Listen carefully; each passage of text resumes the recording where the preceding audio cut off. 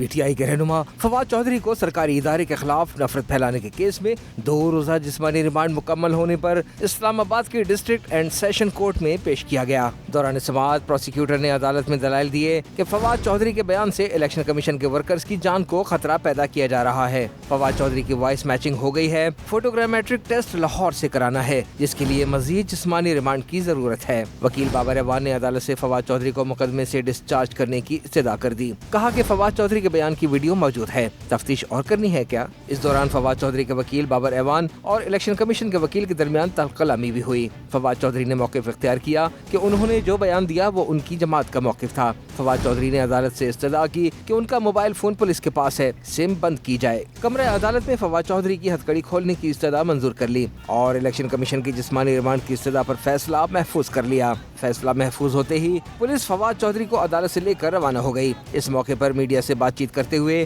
وکیل بابر ایوان نے کہا کہ الیکشن کمیشن خود کو حکومت سمجھتا ہے، اگر ایسی بات ہے تو اسے تحلیل کرنے کے لیے ریفرنس دائر کیا جانا چاہیے۔